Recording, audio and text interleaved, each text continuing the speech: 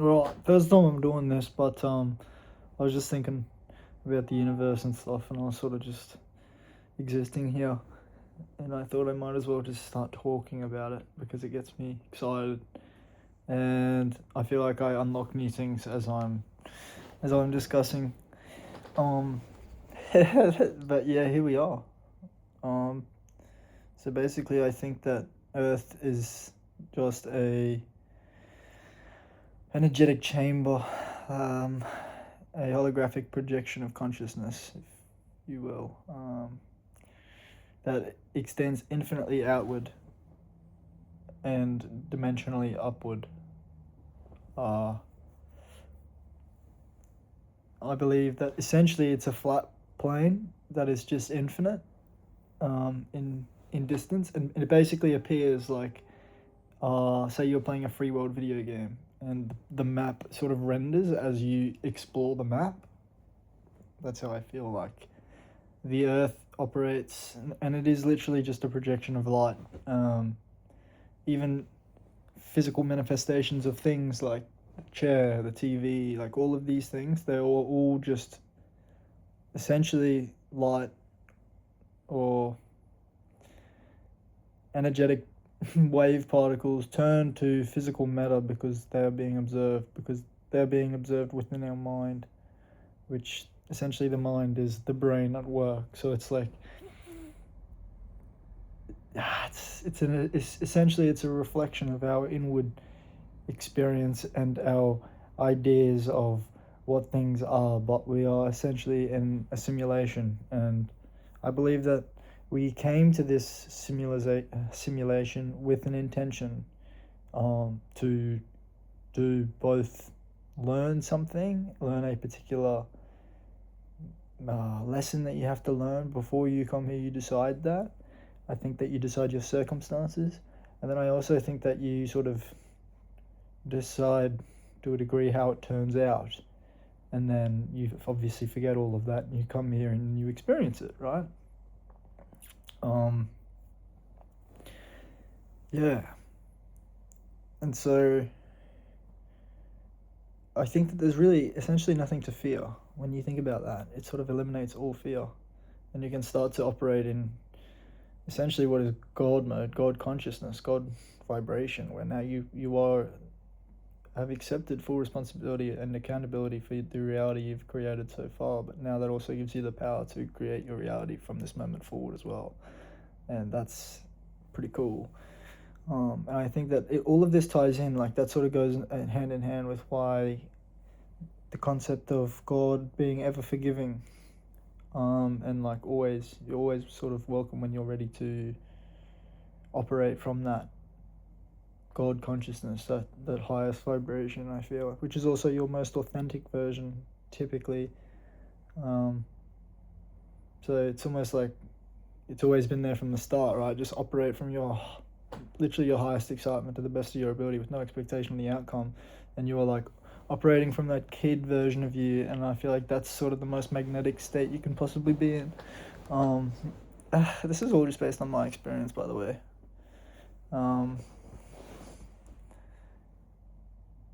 And then yeah, I feel like once you start to like go inward more, and you start to like, I've started praying a lot more, not even meditating as such, but literally praying, like talking to my higher self, God, Jesus, whoever is willing to listen, that has my best interest. And I feel like you put that intention into it as well, because the fact is there are also like forces, whether it's sort of the unconscious sneaking in, or it's because essentially I think it's all you. The whole reflection is you, the good, the bad, the ugly, which sort of is a bit of a paradox and or contradicts the concept of there being like good and bad. But I do feel like there are sort of dark forces that can come in and like sort of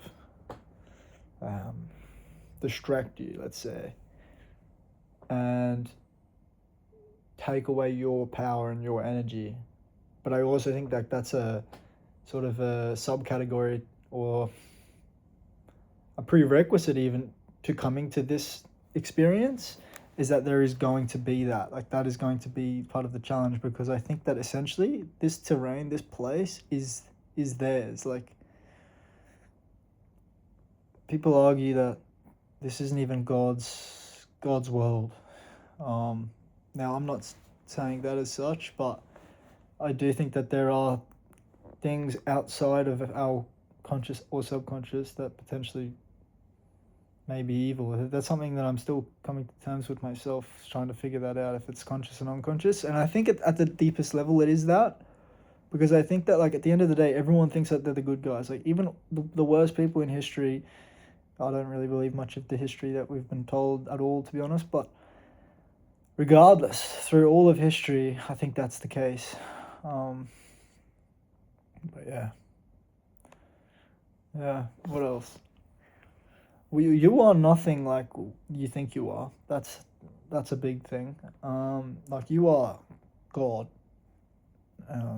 experiencing itself through itself. That's sort of the truth. That's sort of what you come to when you get to the end of all of. And I'm not saying I know everything. In fact, I believe I know nothing. And I think that mindset is what has enabled me to get to this point of understanding. Yeah. Saying I know nothing every day for a while, I think, was good for my mind, because it just sort of, like, opened me up, I think, and created space for more. And I also think that teaching or sharing with other people, a lot of the time people aren't interested in it, and so I think I've now come to the realization that you have to cut that off, feeding it to them, because you're just draining your own energy at that point. But for the people who do listen, I think that's like a high vibe experience for both parties. Yeah. Sort of forgot where I was going there. So many things on my mind when it comes to this. Yeah. Your attention is everything. That's important. Like, wherever your attention goes, your energy flows, and, like, that's the whole game for them, is they can't necessarily do anything. They can only really distract you. When I say they, it's just whoever you imply is not on your side. Typically, like, I would definitely say the governments of all fronts. Like, the fact is they the evidence doesn't suggest the best things for them. But I don't necessarily think it's the people that we are seeing in charge, or the people like your cousins and those people. They think they're the good guys, and I think it's the system itself. And that's why I do think that we need to, like, there needs to be some form of revolution. But I don't think it has to be a drastic physical thing. I think the thing is they operate in the 4-dimensional realm, which is like the realm of the mind, right? Like, they think about things. And we sort of, the majority of people are acting on, like, in the 3-dimensional realm, where you're more just, like, thinking about action. So you're thinking more about trading your time for, essentially trading your energy for another form of energy. But you could do that doing something that you enjoy doing. Or, like, I don't know, I'm not going to give you financial advice. But I think that you can be feeling so much better by doing something that you align with. Yeah, I think that's tremendous. I also think it's important to say that we obviously didn't go to the moon. We didn't go to the moon. McDonald's, I'm quite sure, serves human meat, especially across America and Canada. I'm not sure about the rest of the world, to be perfectly honest. What else? Like, there's Jeffrey Epstein and his mob, and all of that. At the end of the day, like, they're just puppets for another. Like, it goes so deep that you just can't possibly imagine. But I actually think Jeffrey himself was, like, big on consciousness as well, and he was actually quite intelligent. So yeah, I think that just goes deeper than we can possibly imagine. And I think the question is like, why have we been shown in the first place? But anyway, yeah, it goes very deep. But I think at the end of the day, also, we have to be aware of that and aware to make change, but also not give it our attention in a fear-based mindset. Because I think that's probably the biggest like threat to us.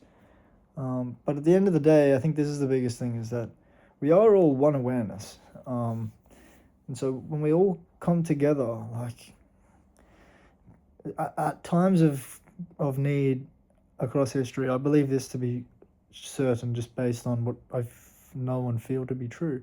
But there would have been small teams of people where everyone has provided something different, even just small 10-man settings, and they would have achieved drastic things, whether that was in wars or just anything. They would have, it's happened, big underdog fights. And so we can win. Like, I'm certain about that. In fact, I believe that the good wins.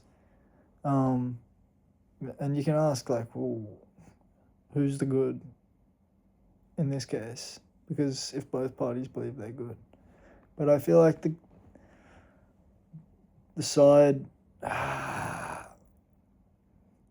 feel like God always wins, put it that way. And I feel like the good are essentially fighting full God. That's honestly how I feel about it. Even if they don't necessarily know it, I feel like there's people who subconsciously don't know what they're setting out to achieve, yet are achieving it perfectly. And I feel like they chose that experience before they came here. Maybe they just chose to come here on easy mode. But I do think, like, the harder you make it for yourself, also the more aware you have, the sort of the pendulum, the further down you are and the worse your experience. I actually feel like the higher states you can also vibrate at. Like, the lower you go and feel down low, I also think that means that you now can feel really high, feel really good naturally. I actually had an experience tonight where first time I've ever had like a psychedelic experience, having no psychedelics whatsoever. And I was just laying here listening to a video from Baba Ram Das, just basically saying you are awareness.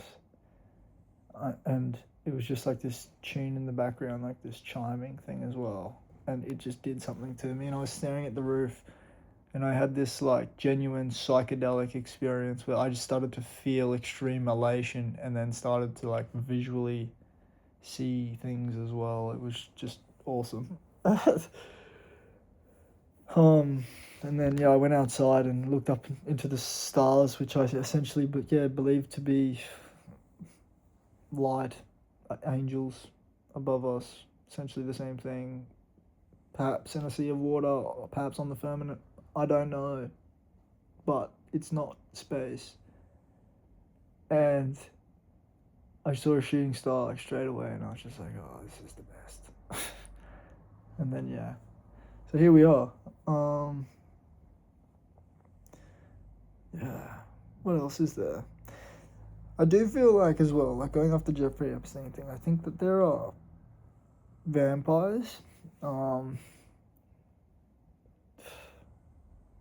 They can come and get me for this if they want to. I'll be ready with some fucking Muay Thai kicks at least to go down. But Prince Charles is a vampire.